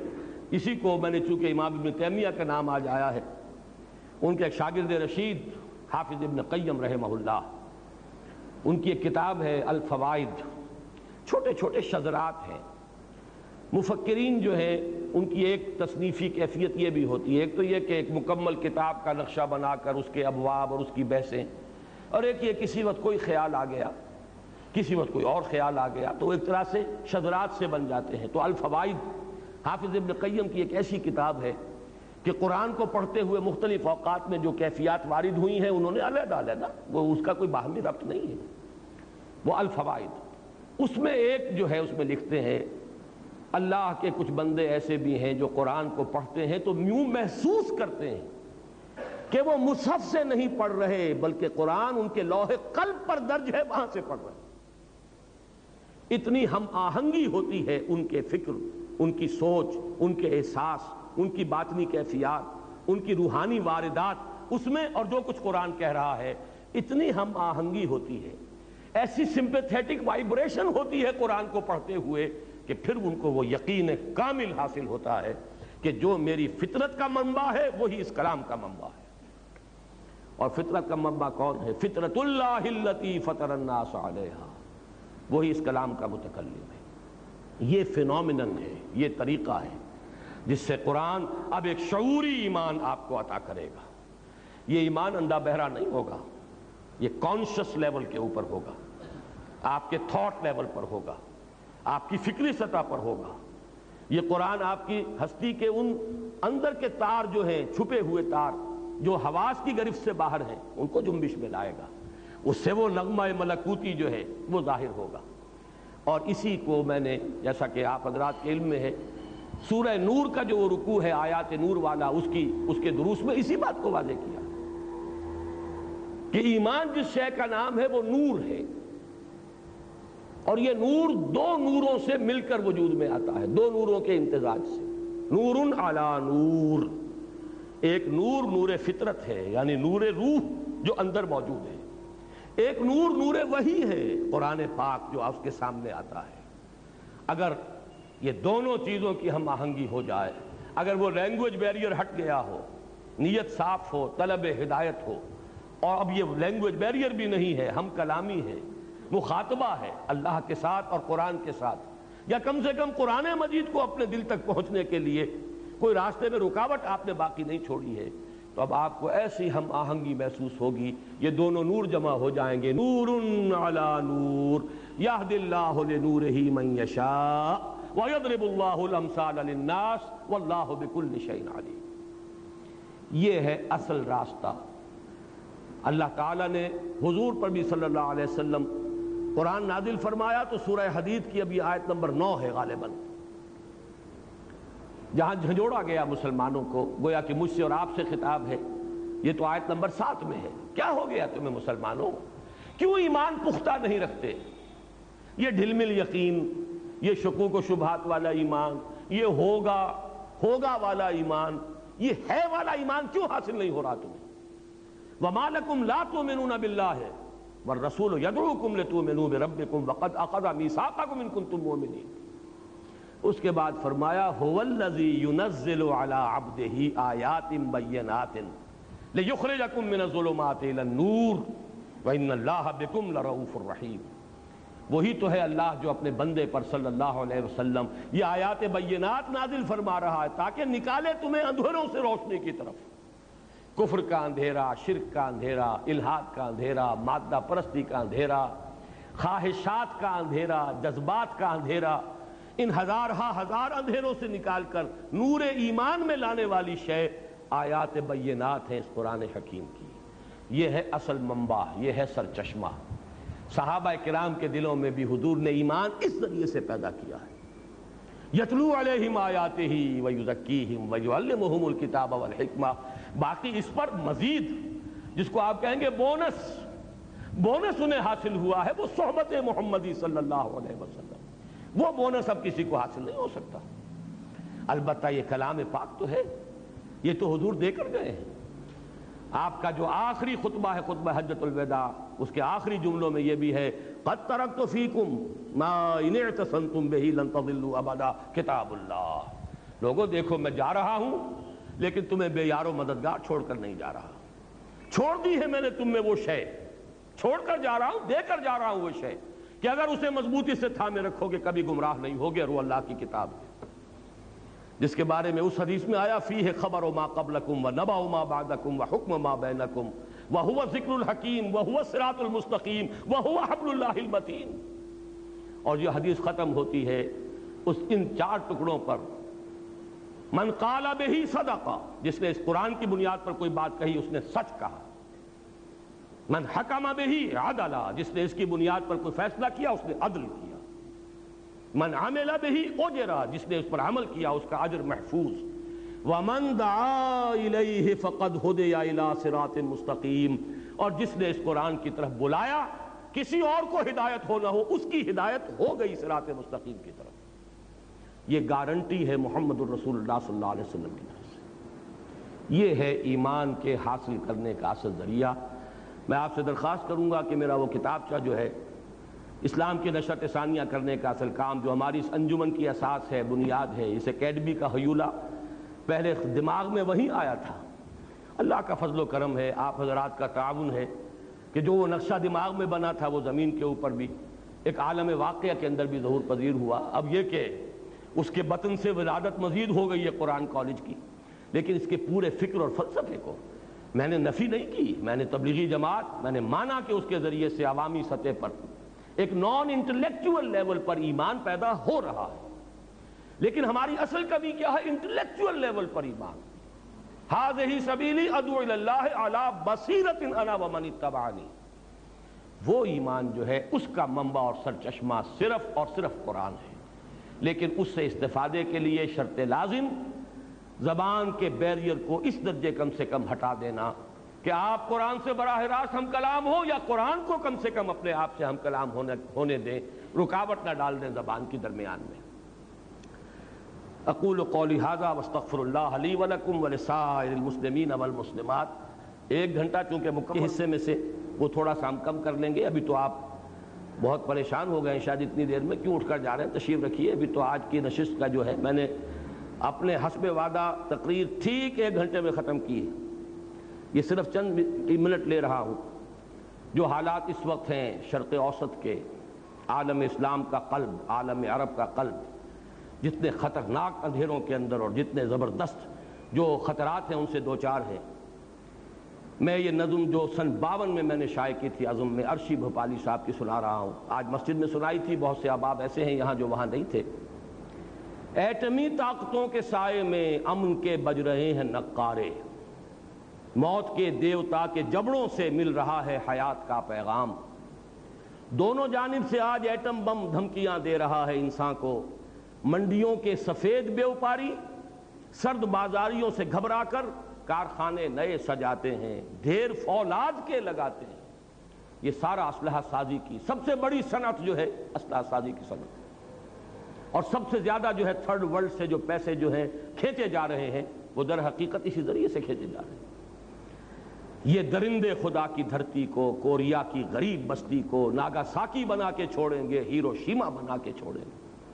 یہ ریاض میں جب میں گفتگو کر رہا تھا 2-3 دن قبل، تب مجھے یہ اچانک یہ شعر یاد آئے تھے کہ بعین ہی وہ بات جو عرشی بھوپالی نے کہی تھی کوریا کے بارے میں، اب شاید وہ اس عرب علاقے کے اندر وہ بات جو ہے بالکل ایک واقعہ کا روپ دھار کر سامنے آئے گی۔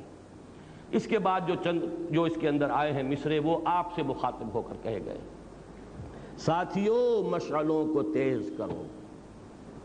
یہ مشعل تو قرآن کی ہے جو ہمارے پاس ہے، ہم نے تو بجھا رکھا ہے اسے، ہم نے نہ اس سے خود اپنے باطن کو مستنیر کیا، نہ دنیا تک اس کا نور پر پہنچنے دیا، خزانے کا سانپ بن کر بیٹھ گئے۔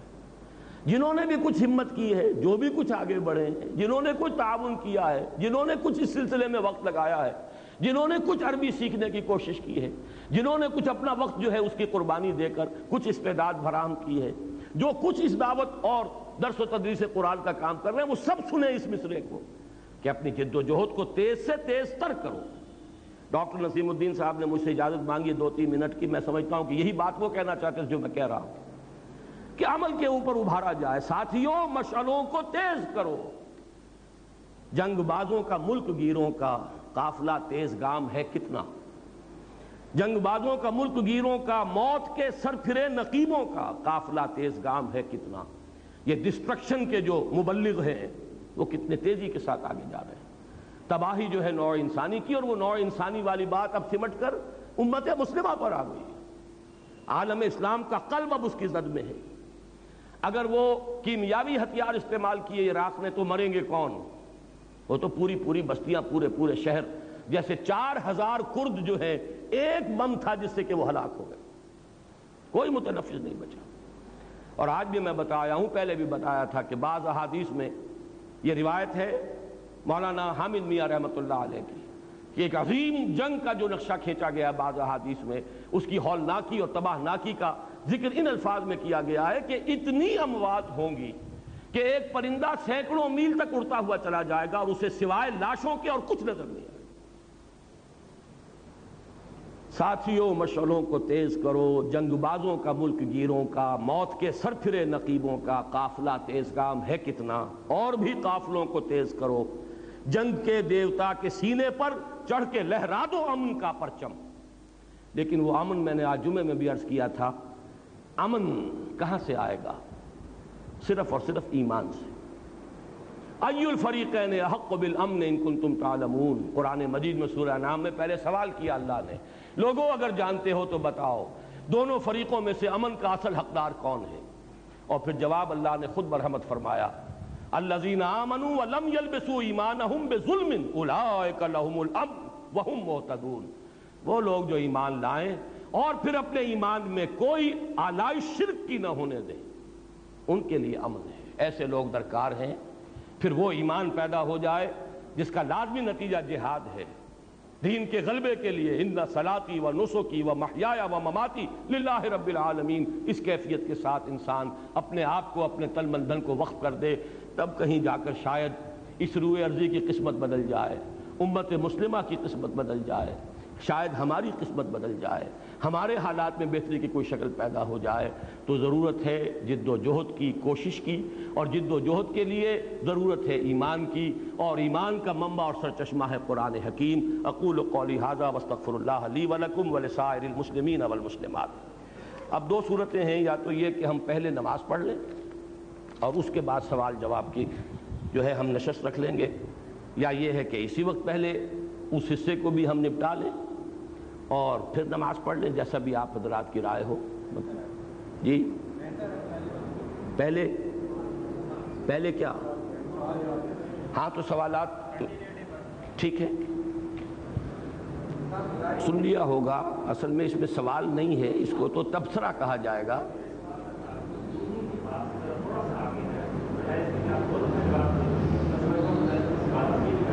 آپ تبصرے کر رہے ہیں، اختلاف کر رہے ہیں، چلیے لیکن اس میں کم سے کم اختصار سے تو کام لیجئے. یعنی ایک صاحب نے یہ فرمایا کہ آپ نے جو آخری بات فرمائی اس سے مجھے کامل اتفاق ہے، پہلی دو باتوں سے اختلاف ہے. میں یہ سمجھتا ہوں کہ میری آخری بات سے جسے اتفاق ہو گیا، میرے اصل کام سے تو اسے اتفاق ہو گیا. میں تو اسی کام میں لگا ہوا ہوں، میں نے اپنی زندگی اسی میں لگائی ہے، دعوت رجوع القرآن اور قرآن کا پڑھنا پڑھانا، تعلیم و تعلم قرآن. میں نے اور دوسرے چیزوں کو چھوڑ کر یہ راستہ اختیار کیا، اس سے اختلاف نہیں ہے. فبہا، اور کیا چاہیے مجھے. باقی اختلاف جزوی جو ہے، کسی تحریک سے کوئی اختلاف، میں نے بھی جہاں ان کی وہ تعریف کی اپنے اس کتابچے میں، وہاں اختلاف بھی ظاہر کیا ہے. یہ نہیں ہے کہ میں نے کلیتاً انڈورس کیا ہو، لیکن میں یہ سمجھتا ہوں کہ پہلی بات کا انکار کرنا وہ تو بہت ہی صریح ایسی بات ہے کہ جو میں سمجھتا ہوں کہ ایک صاف حقیقت کا صرف ایک ضد کی بنیاد پہ انکار کرنا ہے. وہ بھی اس وجہ سے کہ چونکہ اس شکل کو بدنام کر دیا گیا ہمارے خاص تصوف کے حلقوں میں، تو تصوف کے حلقوں میں جو چیزیں بدنام ہو گئی ان سب کو چھوڑیں گے تو میں آپ کو یہ بتاتا ہوں کہ ہم نے دین کی کوئی شے نہیں چھوڑی جسے بدنام نہ کر دیا ہو، تو پورے دین کو چھوڑنا پڑے گا. کیا حج بدنام نہیں ہو گیا؟ کہا جاتا ہے کہ حج کر کے آنے کا مطلب یہ ہے کہ پچھلے گناہ صاف، اب اثر نو نیا لائسنس لے کر آدمی آتا ہے نئے حرام خوریاں کرنے کے لیے. تو کیا آپ حج کو ساقط کر دیں گے؟ انسٹیٹیوشنز ہمارے کرپٹ ہوئے، اس میں کوئی شک نہیں ہے، لیکن یہ کہ یہ حقیقت کے صحبت سے ایمان پیدا ہوتا ہے، اس کو جھٹلانا تو گویا کہ آفتاب آمد دلیل آفتاب کی نفی کرنا ہے. اور صحابی کا لفظ ہی ہمارے لیے اسی اعتبار سے اسی لفظ صحبت سے تو بنا ہے، اور قرآن سے تو میں نے دلیل دی ہے کونوا مع الصادقین. البتہ وہیں میں نے بیان کر دیا تھا وہ صادقین کون ہیں، جن کے اندر وہ ایمان یقین والا بھی ہو اور جہاد بھی ان کی زندگی میں موجود ہو. میں نے تو گویا اس سے ایک علیحدہ کر دیا تھا راستہ کہ محض خانقاہی تصوف کی طرف میرا روح سخن ہے ہی نہیں، وہ ایمان کہ جو جہاد پر منتج ہوتا ہو. باقی رہ گیا تبلیغی جماعت میں زیادہ تفصیل میں اس میں نہیں جانا چاہتا. میں یہ سمجھتا ہوں کہ اس سے جو بھی آپ کو شکوہ ہو شکایت ہو وہ اپنی جگہ پر. میں نے بھی آخر کچھ سوچ کر 2 سال اس کے قریب رہنے کے بعد فیصلہ کیا تھا کہ میں اس میں اپنے آپ کو شامل نہیں کر رہا. میں نے اپنی جو بھی کوشش کی ہے اپنے طور پر کی ہے، تاہم میں آپ کی تمام باتوں سے متفق نہیں ہوں. آسان کام نہیں ہے جسے آپ سمجھتے ہیں. یہ کہہ دینا آسان ہے کہ بستر سر کے اوپر رکھ کر نکل جاتے ہیں، نکل کے دیکھیے تو آپ کو پتہ چلے گا کہ یہ بھی آسان نہیں، اور یہ بھی در حقیقت ہم اس سے بچنے کے لیے ایک فراریت جو ہے وہ اختیار کرتے ہیں. یہ ضرور ہے کہ ہم مانتے ہیں کہ اصل کام ان کے سامنے نہیں ہے. وہ میں نے خود اپنی تقریر میں کہا، اقامت دین کا غلبے کی جد و جہد، میدان میں آ کر باطل کو للکارنا، وہ صرف جو ہے وہ فضائل کی تبلیغ کے ذریعے سے نیکی کا پرچار تو کر رہے ہیں، لیکن یہ ہے کہ منکر نہیں، یعنی منکر جو ہے منظم طریقے سے کرنے کی شکل نہیں کر رہے. یہ ساری چیزیں اپنی جگہ. بس کب کا بس جی آپ تشریف رکھیے، وہ کھڑے ہوئے بہت پہلے سے. جی کوٹ کی تھی کہ پورے کو ماننا، قرآن کو جو ضروری ہے، اگر اس کے ایک حصے کو مانیں گے ایک کو نہیں مانیں گے تو پھر وہ وعید ہے، دنیا میں رسوائی ذلت اور آخرت میں شدید ترین عذاب. تو رضاوہ صاحب کا سوال یہ ہے کہ کیا یہ صرف قرآن پر ہے یا حدیث پر بھی ہے؟ بنیادی بات پہلے یہ نوٹ کر لیجئے کہ قرآن مجید کے بارے میں ہمیں قطعیت کے ساتھ معلوم ہے کہ بسم اللہ کے بے سے لے کر اور سورۃ الناس کے سین تک یہ مکمل محفوظ ہے. اس میں کوئی تحریف نہیں، اس میں کوئی حصہ ضعیف نہیں، اس میں کوئی حصہ قوی نہیں. جبکہ حدیث کے بارے میں کوئی شخص یہ نہیں کہہ سکتا. اس کے درجات ہیں، اس میں کوئی مستند ہے پوری طریقے سے، کوئی نہیں ہے. کسی پر جرح ہوئی ہے، کسی کو ضعیف کہا گیا، کسی کو حسن کہا گیا، کسی کو حسن لغیر ہی کہا گیا، کسی کو حسن لذات ہی کہا گیا. یہ درجے بندیاں محدثین نے قائم کی ہیں. لہذا حدیث وہ شے نہیں ہے جس کے ایک ایک حرف کو آپ سمجھے کہ وہ آپ کے لیے لازم ہو گیا.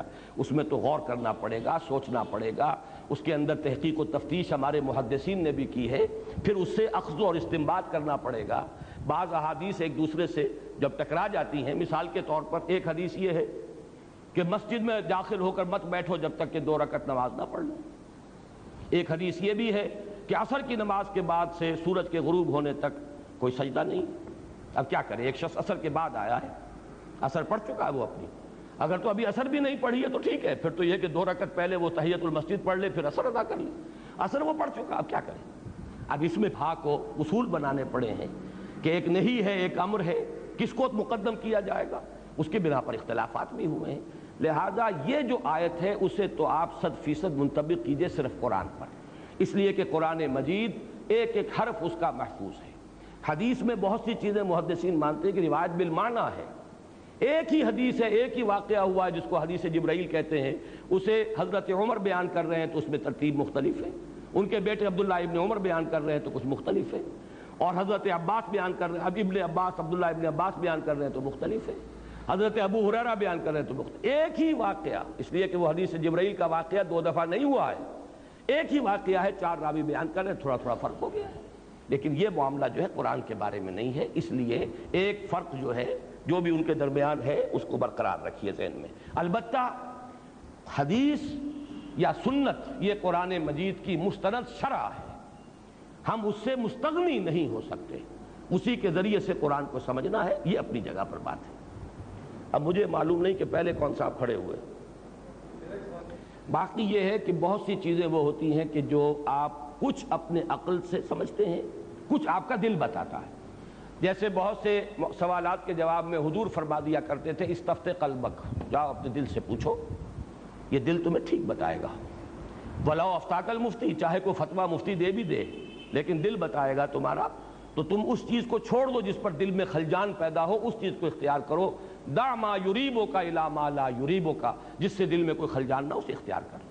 تو اسی طریقے سے اللہ کے اس بندے کو پہچاننا یہ ہوگا کہ وہ خود دین پر عامل ہو، اس کا دین جو تصور جو ہے وہ صرف نماز روزے کا نہ ہو، بلکہ وہی جو میں نے عرض کیا اولئک ھم الصادقون، اس کی اس ڈیفینیشن پر پورا اترتا ہو کہ اس کے دل میں ایمان ہے، عمل میں صرف ایک حصہ نہیں نماز روزے کا بلکہ وہ جہاد ہے، وہ اللہ کے دین کے لیے تن من دھن لگائے ہوئے ہو بالفعل.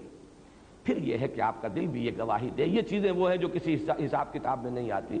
ایسے شخص کے قریب جا کر آپ کو اندازہ ہوتا ہے، آپ کا دل بتاتا ہے کہ یہ مخلص ہے یا دکاندار ہے، اس کے اندر جو کچھ ہے حقیقت ہے یا بہروپیہ پن ہے، یہ دل بتائے گا. اس کے لیے آپ کے پاس کوئی جو ہے وہ علامتیں وہ نہیں ہوں گی. ہو سکتا ہے آپ کے سامنے ایک شخص جو ہے وہ پورا لبادہ اوڑھ کر آئے دین کا، لیکن یہ کہ ایک تو اس کا مجموعی طرز عمل بتائے گا، اور نمبر 2 یہ کہ خود آپ کا دل بتائے گا کہ واقعتاً یہ شخص جو ہے یہ واقعتاً اللہ کا بندہ ہے، یا یہ کہ اس نے دین کو دھندا بنایا ہوا. اللہ کا بندہ یا دین کا دھندا، یہ 2 چیزیں جو ہے اس میں فیصلہ انسان کا دل کرتا ہے.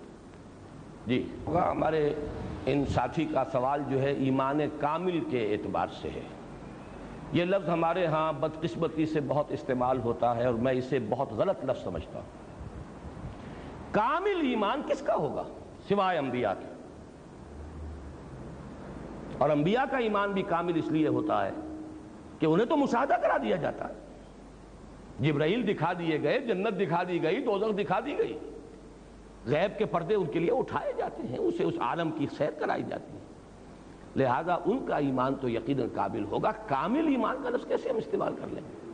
کامل ایمان تو جیسا کہ میں نے کہا تھا عین الیقین، وہ تو ہمیں قیامت کے دن حاصل ہوگا. کلا لو تعلمون علم الیقین لترون الجحیم ثم لترونها عین الیقین، جب تم دوزخ کو اپنی آنکھوں سے دیکھ لو گے تو تمہیں عین الیقین حاصل ہوگا، وہ ہوگا کامل ایمان. دنیا میں رہتے ہوئے تو ہمیں غیب کے اندر رہتے ہوئے اپنے ایمان کو بڑھاتے رہنے کی کوشش کرنی ہے. ایمان کے اندر اضافہ، ایمان کو بڑھاتے چلے جائیں. اس کے لیے یہ ہے کہ وہ صحبت، صاحب یقین، صاحب کردار لوگوں کی صحبت. خربوزے کو دیکھ کر خربوزہ رنگ پکڑتا ہے، یہ تو ایک فزیکل فنومینن ہے، آپ پہ اثرات ہوں گے. صحبت تالے ترا تالے کنت، صحبت سالے ترا سالے کنت. اور قرآن کی میں نے آپ کو آیت سنا دی کونوا مع الصادقین. پھر یہ کہ عمل سے ایمان بڑھتا ہے. قرآن مجید میں سورہ احزاب کا جو ذکر ہے، غزوہ احزاب کا ذکر ہے سورہ احزاب میں، ما زادہم الا ایمانا وتسلیما. وہ لوگ جنہوں نے ثابت قدمی دکھائی اس آزمائش کے موقع پر، اس سے ان کے ایمان میں اور اضافہ ہوتا چلا گیا. یہی امام بخاری رحمۃ اللہ علیہ کا موقف ہے کہ ایمان بڑھتا بھی ہے گھٹتا بھی ہے. امام ابو حنیفہ کہتے ہیں کہ ایمان نہ گھٹتا ہے نہ بڑھتا ہے، وہ میں نے اس کی وضاحت کی ہے بارہا، وہ ہے لیگل ایمان، جس کی بنیاد پر کسی کو دنیا میں مسلمان سمجھا جائے، وہ نہ گھٹتا ہے نہ بڑھتا ہے، وہ تو ایک لیگل سٹیٹس ہے جو انسان کو حاصل ہو گیا۔ جو حقیقی ایمان ہے جس کے متعلق آج ہم نے بات کی ہے، وہ گھٹتا بھی ہے بڑھتا بھی ہے۔ آپ غافلوں کی صحبت اختیار کیجئے، آپ کا ایمان گھٹے گا، اور آپ ایسے لوگوں کی صحبت اختیار کیجئے کہ جو خود صاحب یقین ہیں اور صاحب عمل ہیں، صاحب کردار ہیں، مجاہد ہیں اللہ کی راہ کے، آپ کا ایمان بڑھے گا۔ باقی یہ کہ اصل منبع اور سرچشمہ بڑھائیے اپنے ایمان کو قرآن کے ذریعے سے، ان کا قرب، ان کے پاس رہنا، اٹھنا بیٹھنا، یہ اس سے بھی تقاضا پورا ہو جاتا ہے۔ باقی بیعت یہ ہوتی ہے کہ جب کسی شخص پر اس درجے دل ٹھک جائے، آپ نے کچھ عرصے ان کا قرب اختیار کیا ہے، آپ کا دل گواہی دیتا ہے، آپ نے ان کے ماحول کو دیکھ لیا ہے، ان کی دلچسپیوں کو دیکھ لیا ہے، ان کی ویلیوز کے بارے میں آپ کو اندازہ ہو گیا ہے، یہ دنیا کے کتے نہیں ہیں، بہروپیے نہیں ہیں، یہ واقعتاً عقبہ کے طالب ہیں، طالب دنیا نہیں ہیں۔ اب اگر آپ فیصلہ کرتے ہیں کہ میں آپ کے ساتھ اپنے آپ کو وابستہ کر رہا ہوں اس لیے کہ آپ جو مجھے مشورہ دیں گے، جو حکم دیں گے میں قبول کروں گا، بشرطے کہ شریعت کے دائرے سے باہر نہ ہو، تو یہ ایک کانٹریکٹ ہے، آپ کا ایک معاہدہ ہے، کوئی حرج نہیں ہے اس پر۔ اس میں جیسے استاد کے ساتھ ایک تعلق ہو جاتا ہے، آپ اٹیچ کرتے ہیں، آپ مجھے پڑھائیے، میں سیکھنا چاہتا ہوں، اسی طریقے سے اس طرح کا ایک ربط و تعلق یہ ہمارے ہاں جو سلسلہ چلا ہے اس میں اختیار کیا گیا، اور اس کے لیے سند جو ہے بیعت کی، بیعتیں دو ہیں حضور کی، بیعت عقبہ اولیٰ، بیعت عقبہ ثانیہ۔ بیعت عقبہ اولیٰ میں جو 12 صحابہ سے لی گئی تھی، صرف چند افعال کا ذکر ہے، انہوں نے بیعت کی ہم زنا نہیں کریں گے، شرک نہیں کریں گے، چوری نہیں کریں گے، کسی کی عزت پر حملہ نہیں کریں گے، وغیرہ وغیرہ، اور جو بھی آپ نیکی کی تلقین فرمائیں گے اسے قبول کریں گے۔ یہ ہے ایک بیعت، اور در حقیقت ہمارے ہاں کی بیعت ارشاد کے لیے بنیاد وہی ہے، اسی دلیل پر یہ حضرات اپنی اس بیعت کو قائم کرتے ہیں۔ ایک دوسری بیعت ہے، بیعت جہاد ہے، اللہ کے دین کے غلبے کے لیے ہم بیعت کر رہے ہیں، جس کے لیے الفاظ آئے بایعنا رسول اللہ صلی اللہ علیہ وسلم علی السمع والطاعۃ فی العسر والیسر والمنشط والمکرہ وعلی اثرۃ علینا وعلی لا ننازع الامر اہلہ وعلی ان نقول بالحق اینما کنا لا نخاف فی اللہ لومۃ لائم۔ یہ اس انقلابی اسلامی جماعت کی بیعت ہے کہ ہم نے بیعت کی تھی اللہ کے رسول سے کہ ہر حکم آپ کا سنیں گے، مانیں گے، چاہے مشکل ہو چاہے آسان ہو، چاہے ہماری طبیعتیں آمادہ ہوں چاہے ہمیں اپنی طبیعتوں پر جبر کرنا پڑے، پھر جس کو بھی آپ امیر بنا دیں گے ان سے جھگڑیں گے نہیں، البتہ جو بات ہوگی، جو رائے ہوگی وہ ضرور دیں گے، حق بات کہیں گے ضرور، اور کسی کے روب کی وجہ سے ہم جو ہے اپنی زبان بند نہیں کریں گے۔ یہ بیعت ہے۔ تو ان دو بیعتوں کو سامنے رکھیے، ایک بیعت ارشاد ہے اور ایک بیعت جہاد اقامت دین کے لیے۔